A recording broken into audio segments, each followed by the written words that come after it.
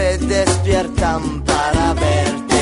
Aquí se queda la clara, la entrañable transparencia de tu querida presencia, comandante Che Guevara.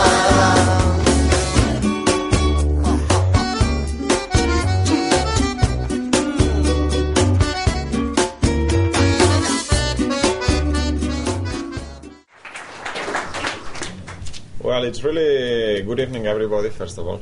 It's really a pleasure for me to be here in Minneapolis again, speaking at the meeting. And I think it's very important and very fitting that this year, the Hands of Venezuela meeting that we have almost every year, is on the subject of the Cuban Revolution in its 50th anniversary. And we have always thought that the Cuban Revolution and the Venezuelan Revolution are very closely linked. And you cannot understand one without the other. You cannot understand the other without the one. And I would like to start with something that August said at the end of his very, very good explanation, and that is that the conditions for world revolution, which is, as he said, the only real guarantee for the continuation of the Cuban revolution in the medium term, are now more favorable than they have been for a very long time. And this is reflected as well in something that happened in the last 10 days, which I think is very important, and that is that the Organization of American States passed a resolution cancelling an earlier resolution from 1962 in which Cuba was expelled from that organization, which at that time went under another name. And this, I think, is something to celebrate, and it is the result of this revolutionary wave, this general shift to the left that we are witnessing in Latin America. This resolution was proposed by the ALBA countries, and it was passed at the Organization of American States, and there was nothing that the government of the United States could do about it. But I think there was another thing that we also need to celebrate, which is probably even more important than that decision, as important as that is.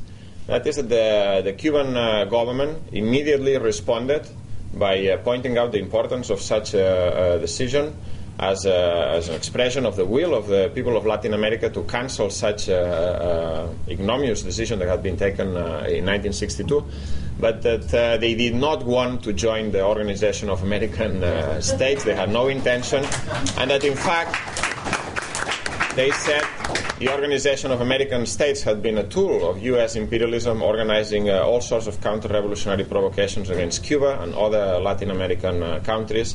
Such an organization should not exist at all. That the unity of the American people should be set on a different basis. I think that's quite important to underline at the beginning of this meeting. And it is yes, the 50th anniversary of the Cuban Revolution. And when this was celebrated in January this year, there was a big campaign in the mass media in all countries, in Spain, in Britain. I guess it was the same here in the United States, throughout Latin America, in the capitalist media. And the campaign was to say that 50 years later, the Cuban Revolution was not worth it.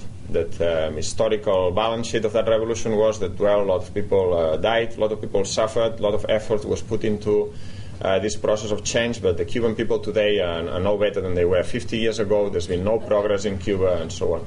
This was a very strong campaign. I think it's worth just maybe even quoting a few facts and figures to demonstrate that this is precisely the opposite of the truth.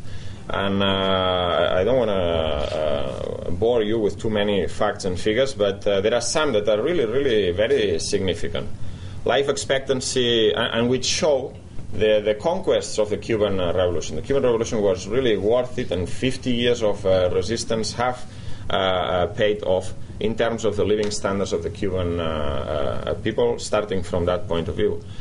Life expectancy today at birth in Cuba, and these figures I'm using are from 2005. They might have changed a little bit to the better in the last 2 or 3 years. But in 2005, according to the to the United Nations Human Development Report, life expectancy at birth in Cuba is today 77.7 years. it was 62 in 1959. In the United States, in the same year, it was 77.9. So life expectancy is the same in Cuba than it is in the United States today, and it's obviously much higher than it is in Haiti, neighboring country in the Caribbean, to which Cuba should really be compared in terms of more balanced comparison. In Haiti, life expectancy at birth is 59 years of age. So people in Haiti, which is a capitalist country, live nearly 20 years less because of capitalism. The rate of adult literacy in Cuba is today 99.8%. That is, illiteracy has been eradicated in Cuba, was eradicated in fact as one of the first conquests of the revolution immediately after 1959 in a massive literacy campaign. While in a country like Brazil, which is a capitalist country with an economy that is much bigger and stronger than theoretically than the Cuban one, is only 88.6%. Cuba is in fact the fourth Latin American country with the highest human development index, according to the United Nations reports. Infant mortality, for instance, and this is according to the CIA World Fact Book, which is not suspicious of any communist propaganda, is in Cuba for every the infant mortality per every 1,000 children born alive.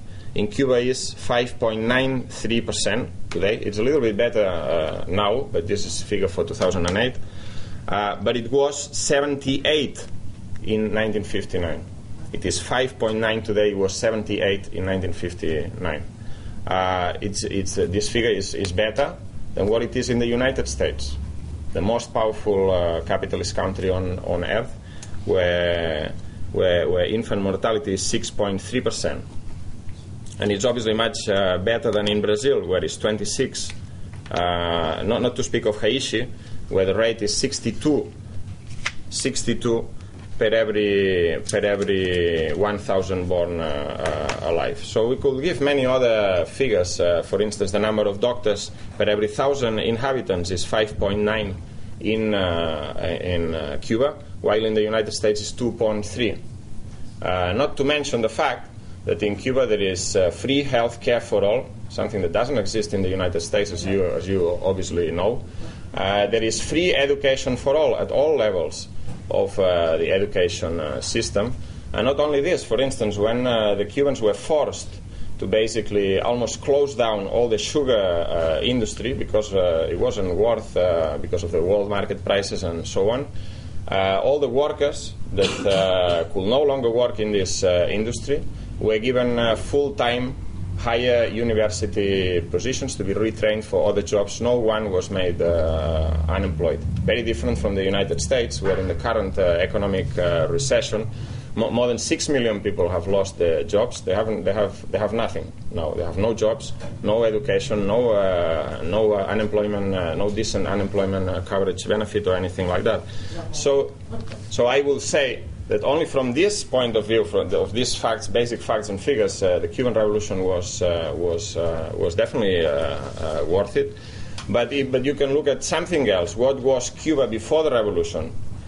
Because this will give you an idea of what Cuba would be without the revolution. Cuba was a country where 1/4 of the population was illiterate, where less than 30,000 landowners controlled 70% of all agricultural land, while millions of people have no land and had to work as agricultural laborers, maybe in the sugarcane crop for maybe 4 months a year, and were unemployed, living on basic survival money for the rest of the year. There was chronic unemployment of 20%. And the whole of the most important industries were dominated by the United States. It was a country that was, to all effects, although formally independent, but it was a colony of the United States, could not decide its own future. And these are the conditions that led to the revolution in 1959, and these are the conditions that were eradicated by the revolution. I would say that one of the first most important, in my opinion, lessons from the Cuban Revolution for Latin America is something that August has touched on, and this is the fact that the revolution abolished capitalism in a short space of time.